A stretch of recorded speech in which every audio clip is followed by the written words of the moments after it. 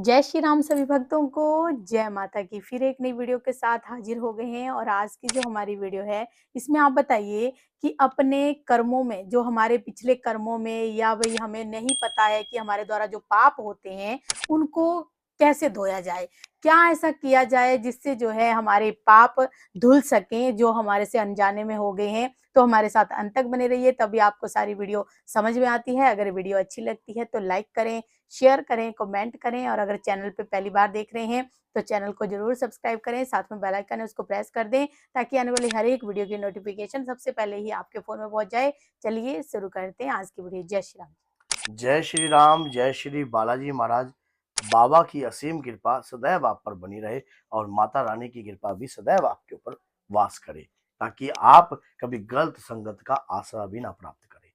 तो हमारे जो जन्मों में हमारे जन्म जो हुए हैं या पिछले जो कर्म हुए हैं, उन कर्मों को हम जानते नहीं है, लेकिन हमारे उन कर्मों के अनुसार हमें पाप जो पुण्य उसी के हिसाब से हमें अपना जन्म मिलता है।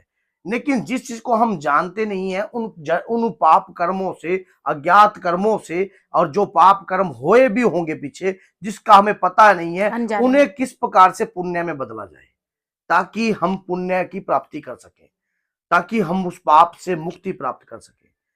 तो इसके लिए कुछ नहीं, आपको कोई ज्यादा बड़ा कार्य नहीं करना, आपको कोई ऐसा कार्य नहीं करना कि आप ये करो वो करो, मैं ऐसा कुछ नहीं बताऊंगा। बस अपने दैनिक जीवन के अंदर, अपने दैनिक जीवन में कुछ ऐसा कर्म जोड़ दीजिए।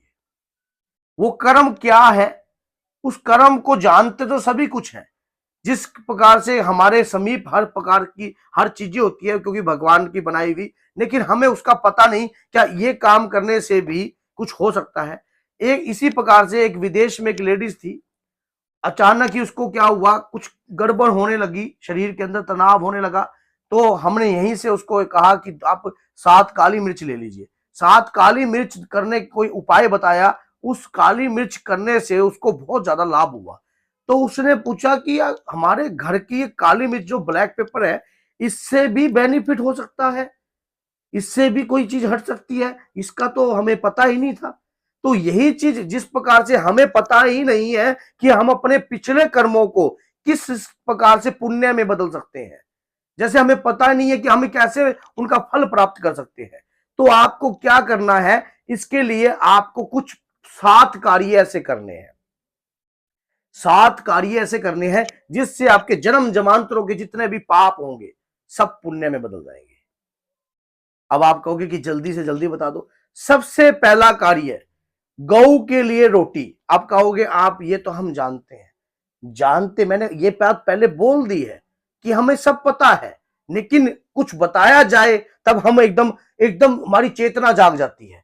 तो उसी प्रकार से गौ को रोटी, जो अपने जीवन में गौ के लिए 2 रोटी जरूर निकालता है, उसको हमेशा कभी भी 7 जन्मों क्या, कभी भी जहां भी वो जन्म लेगा, उसको कभी अन्न का भाव कम नहीं होगा, उसके पास कभी अन्न की कृपा कभी कम नहीं होगी, और 33 कोटि देवी देवताओं की कृपा जो है उसको प्राप्त होगी।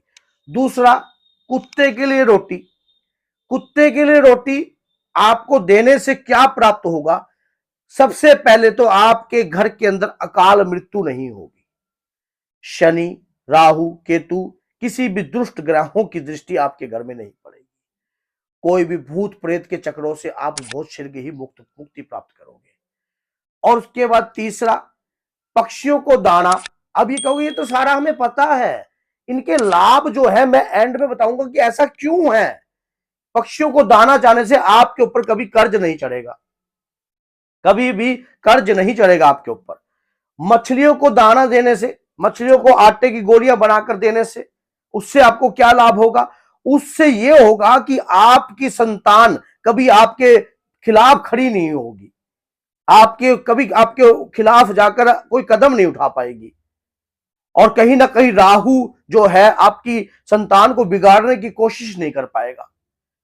अब उसके बाद 4 मैंने बता दिए। पांचवा, पांचवा ये होता है कि आपके घर में अगर कोई बुजुर्ग है, सबसे पहला, घर में कुछ भी आप बना रहे हो तो अपने बुजुर्गों को दीजिए, अपने पितृदेव को दीजिए, अपने कुल देवी देवता का भोग लगाइए। अगर आप बाहर से कोई भी चीज लाते हो, कोई भी चीज लाते हो, और उसके बाद छठा क्या है, जब आपके बच्चे का जन्मदिन होता है तो गौशाला में थोड़ा सा हरा चारा डालिए, उसके बाद किसी गरीबों को खाना दीजिए। और उसके बाद सातवां क्या है, सातवां ये है कि आपके घर के अंदर जो भी बुजुर्ग है, कोई भी बुजुर्ग है, उनके चरणों में सरसों के तेल की मालिश कीजिए। ये 7 कार्य अपने जीवन में अपना लीजिए। इन कार्यों से बड़ा कर्म हो वो भी धुल जाएगा, बड़े से बड़ा पाप हो वो भी पुण्य में बदल जाएगा। ये आप सोचिए, ये जितने भी जीव हैं ये सब भगवान के द्वारा बनाए गए हैं। अब भगवान को समय नहीं है हमारे लिए सोचने का, हमारे कर्मों के हिसाब का उनको कोई समय नहीं है, क्योंकि उनके लिए पूरा संसार है। जब हम भगवान का थोड़ा सा कार्य, भगवान ने इंसान को जन्म दिया था, दिमाग दिया था, बुद्धि दी थी, विवेक दिया था कि मेरा कुछ कार्य कर लेगा, हेल्प हो जाएगी हमारी। लेकिन इंसान तो अपने ही घर का हो गया। ये जीव जंतु किसके सहारे हैं?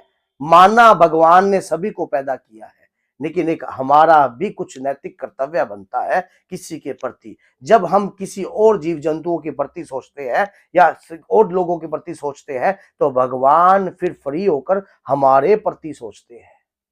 तो भगवान को सोचने पर मजबूर कीजिए। ये कृपा अदृश्य रूप की कृपा है। इस कृपा को थोड़े ही समय में इसका फीडबैक आपको बहुत ज्यादा प्राप्त होगा। आप खुद करके देखिए, इन कृपाओं को अपने कागज पे नोट कर लीजिए। अगर आप उस दौरान ये काम कर रहे हो और फिर देखना आपका फीडबैक 41 डेज के अंदर अंदर ही आपको अपने आप ही आपके बड़े से बड़े कार्य होंगे वो बनने लग जाएंगे जो रुके हुए होंगे। और साथ में आपके कर्मों में अगर कोई भी वट्टे होंगे या पिछले कर्मों में कोई भी पाप करे होंगे जिनको हम जानते नहीं है, नथिंग बराबर सब कुछ, कहते कि वो अपने आप ही बदलने लग जाएंगे। मृत्यु निश्चित है भैया, लेकिन मृत्यु पोस्टपोन हो सकती है। कब? अगर उसकी करना हो, अगर वो हमें हमारे ऊपर करना दे दे तो अपनी कृपा दे दे तो मृत्यु कुछ क्षण के लिए हमें जीवित कर सकते हैं वो लेकिन है अटल। क्यों नहीं है आप बताओ? क्या आपको पता है मार्कंडे की आयु 10 वर्ष थी? क्या दीर्घायु प्राप्त नहीं हुई है? भक्ति की शक्ति से प्राप्त हुई है, कर्म से प्राप्त हुई है। आज उन्हीं के द्वारा जो महामृत्युंजय मंत्र का जाप होता है। तो आप यही चीज देखिए, अपनी लकीरें हाथों में भाग्य रेखा ना हो, लेकिन बनाने में कितना समय लगता है। तो बोलिए जय सीताराम, जय श्री बालाजी।